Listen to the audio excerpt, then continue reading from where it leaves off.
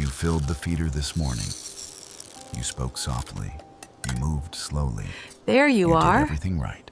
And if you're hoping the cardinal on the fence is filing that away as kindness, it isn't. Not because it's ungrateful.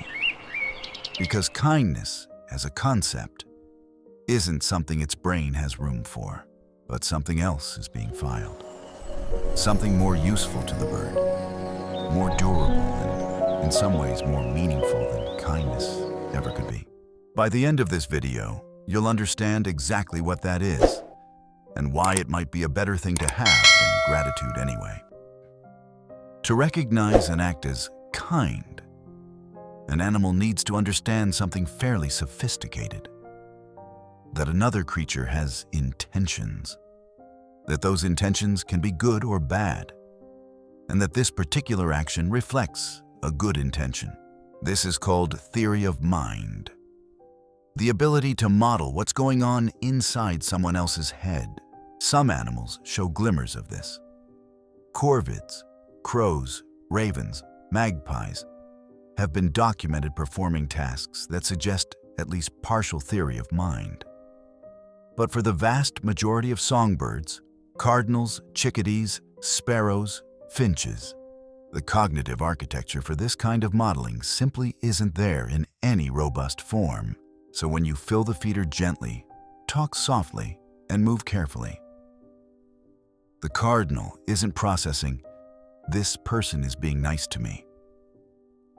There's no internal narrative about your character.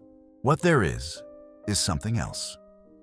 Something the bird's brain is extremely good at. Birds are exceptional at one specific kind of learning. Associating actions, locations, and individuals with outcomes. This is called associative learning. And it's one of the oldest and most universal forms of memory in the animal kingdom. It doesn't require understanding why something happened. It only requires noticing that it did happen, and that it tends to happen again under similar conditions. A chickadee doesn't need to know you intended to be kind. It only needs to notice. When this specific human is present, food appears, and nothing bad happens. That's it. That's the entire equation. Intention is irrelevant. Outcome is everything. And here's the part that matters. Outcome-based learning is incredibly durable. It doesn't fade just because the bird can't articulate why it works. The pattern is the memory. Kindness isn't what's being recorded. What is reliability? Specifically, does this individual's presence reliably predict the same outcome every time without exception? Research on associative learning across species, including extensive work in operant conditioning, has shown something counterintuitive. Animals don't just remember good outcomes. They remember the consistency of outcomes. A reward that comes every single time is processed differently than a reward that comes most of the time, but not always.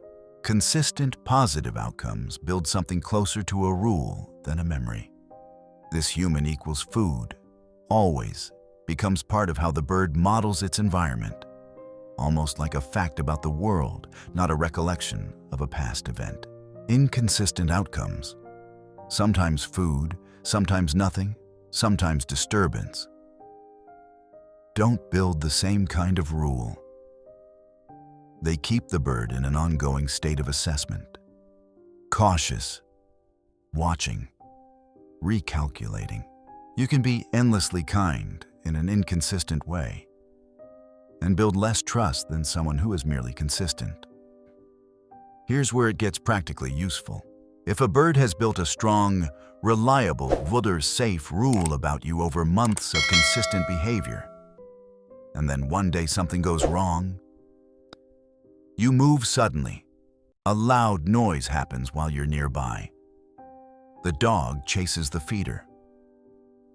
The bird doesn't erase the rule entirely, but it does add an exception. And exceptions matter to a system built on reliability.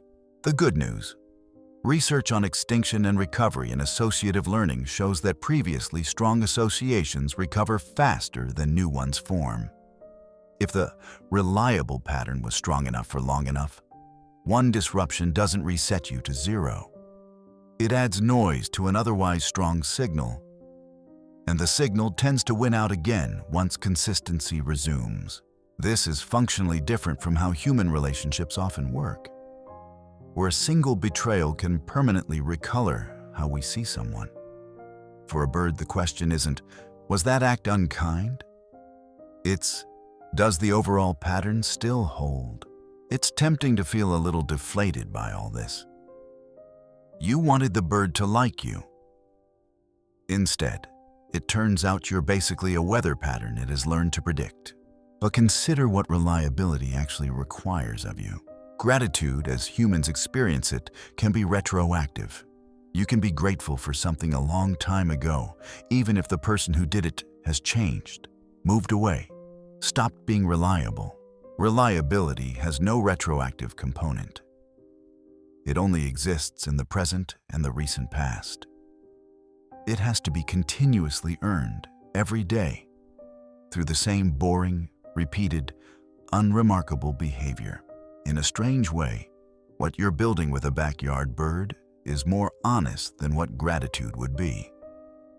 The bird isn't holding on to a story about who you were. It's responding to who you've consistently been. Recently and now, that's not nothing. For an animal whose entire existence is built around the question, about can I trust what happens next, being the answer to that question, reliably, day after day, is arguably a more meaningful role than being remembered fondly for one good deed. In practice, this means a few things. The bird that returns to your feeder every morning isn't returning because it remembers your kindness from 3 weeks ago. It's returning because, as far as its model of the world is concerned, this is simply how mornings work now. Food appears here. This is a fact about this place. If you go away for 2 weeks and someone else fills the feeder differently, at a different time, in a different way, the bird's model doesn't collapse, but it does get slightly less certain.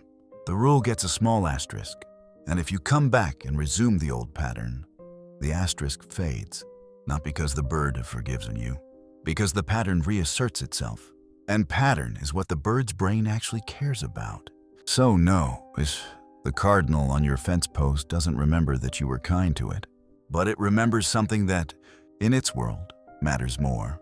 It remembers that you are predictable, that your presence means something specific and stable, that in a world full of uncertainty, predators, weather, scarcity, you are one of the few things that reliably means, this is fine. Tharbo, you don't get credit for being kind. You get something better. You get to be a fact. Tell me in the comments, have you ever changed something about your routine and noticed the birds in your yard respond differently? Did they come back faster than you expected when things went back to normal? I read everyone. I'll see you in the next one.